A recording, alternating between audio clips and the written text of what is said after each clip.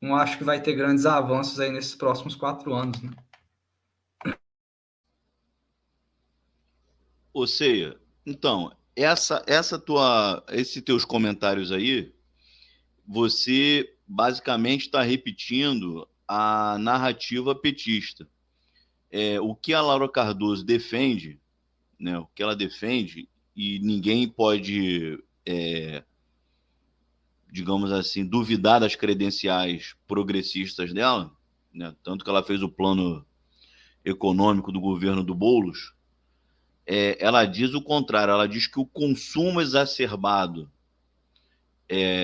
promovido pelo Lula via crédito, sem massa salarial para sustentar isso, sem produção industrial e sem massa salarial real para sustentar aquilo ali, fez com que, mesmo os empresários recebendo as tais isenções, fez com que os empresários observassem que, num futuro muito próximo, não valeria a pena pegar esse dinheiro e investir, porque não teria um ambiente propício ao consumo, porque as pessoas já estavam entrando numa rota de endividamento que chegou agora no patamar de 65 milhões de pessoas no SPC. Isso aí já estava já meio caminho andado em 2014 e 2015. Então, por isso que com as isenções da Dilma, mesmo com as isenções da Dilma, os empresários optaram por não investir, pegar o dinheiro e jogar, ou mandar para fora do país ou colocar na roda do rentismo, entendeu? E as condições para essa situação, vamos dizer assim, pré-calamitosa, já vieram do governo Lula, entendeu? Então, só que o Lula, ele pegou, né, ele fez a coisa, ele pegou o momento do que a economia estava aquecida, saiu com a popularidade alta, só que a política que ele implementou estourou no colo da Dilma, entendeu? E as pautas bombas, o Elvésio, na verdade, a reação às pautas bombas, segundo o Eduardo Cunha, não foram por causa das medidas econômicas industrialistas que a Dilma almejava. Na verdade, o que o Eduardo Cunha diz é que o PT estava usando a máquina federal para entrar em bases sociais de deputados que compõem o parlamento, que cada deputado ali tem a sua base social, onde ele faz campanha para continuar se elegendo. E segundo Eduardo Cunha, o PT estava usando a máquina federal para entrar nos núcleos eleitorais dos deputados para substituí-los por deputados do PT. E isso criou um ambiente propício para o Eduardo Cunha fazer toda aquela articulação parlamentar e aí sim jogar as pautas bombas contra a Dilma e depois encaminhar o impeachment dela, entendeu?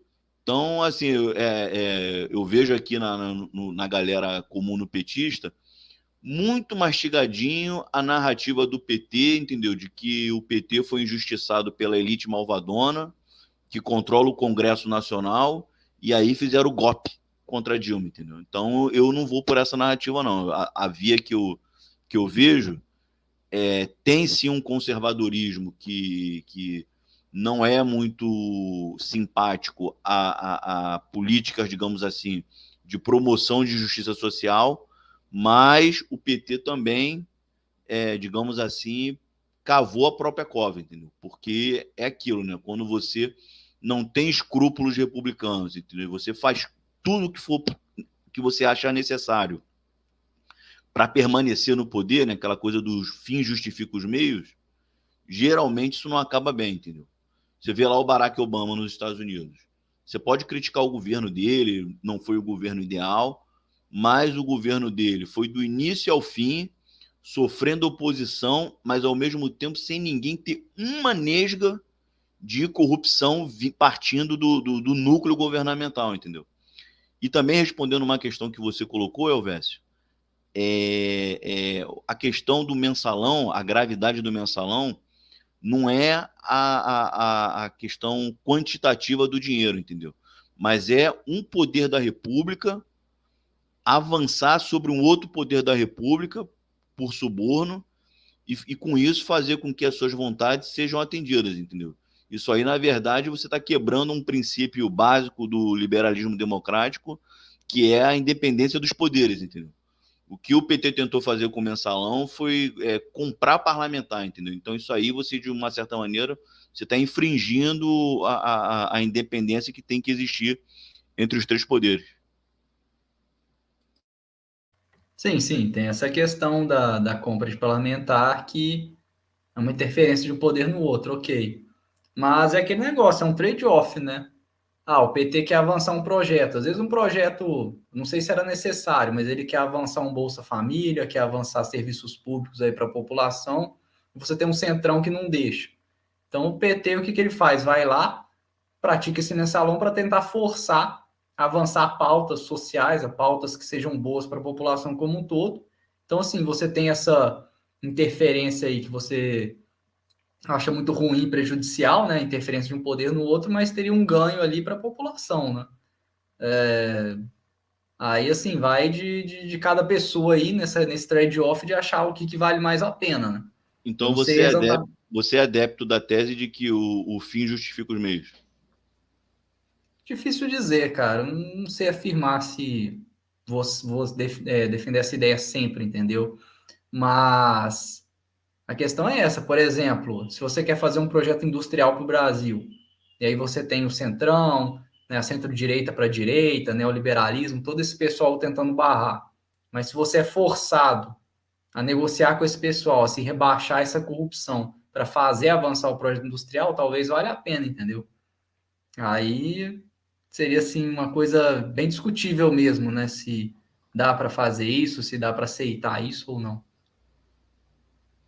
Mas como que você vai promover uma política industrialista para você, digamos assim, ter meios com que possibilitem um salto do patamar econômico do país, se você está enfornado no neoliberalismo, que é o tripé macroeconômico, que faz com que se canalize, você dá autonomia para o Banco Central para ele canalizar trilhões de reais do Tesouro Nacional para o setor financeiro. Como é que você conjuga essas duas questões? Sim, é uma boa questão. Tipo, eu não sei se entraria, como eu disse, eu não sei se entraria nesse esquema aí da corrupção, do suborno, né? Por exemplo, você teria que primeiro, no primeiro passo, acabar ou resolver esse tripé macroeconômico de alguma maneira, porque realmente ele tem características que emperram o avanço do país, né? Então teria que, às vezes, iniciar por esse problema. E eu só falei assim, só dei um exemplo, né, do projeto industrial e tudo mais. E como eu falei, eu não sei, eu não lembro exatamente o que o PT visava lá com o mensalão, se era Bolsa Família, se era leis trabalhistas, eu não lembro exatamente o PT visava com isso, né? Eu só estou dando exemplos mesmo. Mas, realmente, se você tem um tripé aí que está atrapalhando, vai ter que começar por ele, né? Então, mas como que você vai começar por ele? Aí é que está a minha perplexidade. Como é que você vai começar por ele se você já faz uma campanha não anunciando que vai mexer nele, que você vai mantê-lo, que você sente orgulho do quanto os banqueiros ganharam dinheiro no teu governo? Realmente, né, cara? Aí não dá, tipo, como eu já falei já, eu nem sou lulista, nem petista, nem tô aqui para defender esse pessoal, não, né? Só que se eles pelo menos declaram abertamente que não vão mexer nisso, vamos supor que realmente não vão mexer e, por consequência, não vão conseguir avançar com um projeto mais sofisticado, industrial e etc, né? Aí vai ficar emperrado mesmo. Mas em algum momento o PT, falando em algum momento histórico, no caso, não estou nem falando de 10 anos para cá, não, estou falando de 30 anos para cá. Em algum momento desses 30 anos, né, para cá, o PT ele defendeu assim um tipo de reformismo estrutural, assim, no sentido de fazer com que o Brasil caminhasse para uma social-democracia, porque eu, assim, eu não tô contestando, não, eu simplesmente não estou me lembrando, entendeu? Se em algum momento o PT Aham. defendeu esse tipo de bandeira aí que você está sinalizando. Ah, certo. Como eu disse, né, cara, eu não sou um ferrenho defensor de PT ou de Lula, então eu não conheço muito da trajetória desse pessoal, mas assim, eu acredito que, pelo menos ali na proposta do partido, eles visam uma social-democracia. Pelo que eu saiba, o PT e o Lula são mais para sociais-democratas, né? O Ciro Gomes também vai para a direção da social-democracia, só que na prática o PT não realiza isso, né? Aí ou não consegue, né, por limitações aí de toda a estrutura capitalista, conservadora do Brasil, ou não conseguem porque não querem, na prática não acham tão viável, aí eu já não sei, né? Mas o Ceia falou algo interessante aí, tem essa questão também do teto de gastos, que é uma desgraça aí que foi aprovada, né? Uma desgraça aí neoliberal aprovada e que, se fosse barrada, já ajudaria um pouco a aumentar os investimentos no país de uma forma geral, né? Eu nem, assim, o teto de gasto em si, ele não é um mecanismo, não é uma ferramenta econômica de todo ruim,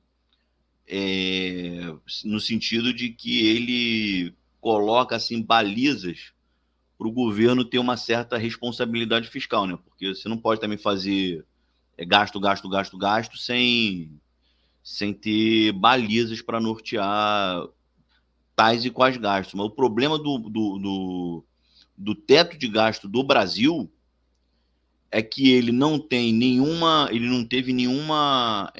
válvula de escape. Ele foi um torniquete rígido, entendeu? Que ou você obedece ou você incorre em crime. Né? Você não tinha uma saída legislativa para, em alguns casos, por exemplo, uma pandemia, entendeu? Oh, não, uma crise de pandemia, a gente tem que ter um vetor legislativo que para a gente poder sair rapidamente do teto de gasto e voltar. E, além do que, o teto de gasto no Brasil, ele não incide sobre o pagamento da dívida, que é justamente onde o setor financeiro mais drena recursos do Brasil, entendeu? Quer dizer, Sim, sim. o teto de gasto ele incide em tudo, ele incide na infraestrutura, incide na educação, incide na cultura, incide na saúde, mas o pagamento da dívida ele não entra. Então, se o governo brasileiro pagar durante um ano 380 bilhões de reais da dívida, alocando esses recursos no setor financeiro, você não está infringindo o teto de gasto, entendeu? Então, eu acho que essa perversidade do teto de gasto brasileiro é que digamos assim, e ainda por cima com status constitucional, né? Quer dizer, que você para não tirar mesmo, entendeu? Sim, exatamente. O que eu ia falar aí sobre essa questão do teto de gastos, a parte mais desprezível dele é justamente essa, porque o teto de gastos é a típica medida dessa direita lixo do Brasil, né? Essa direita neoliberal conservadora, né? É gasto, teto de gasto para saúde, educação, indústria, etc. Agora, para banco, para parasita, rentista, banqueiro, é gasto à vontade. Pode jorrar dinheiro para esse pessoal que não tem limitação nenhuma.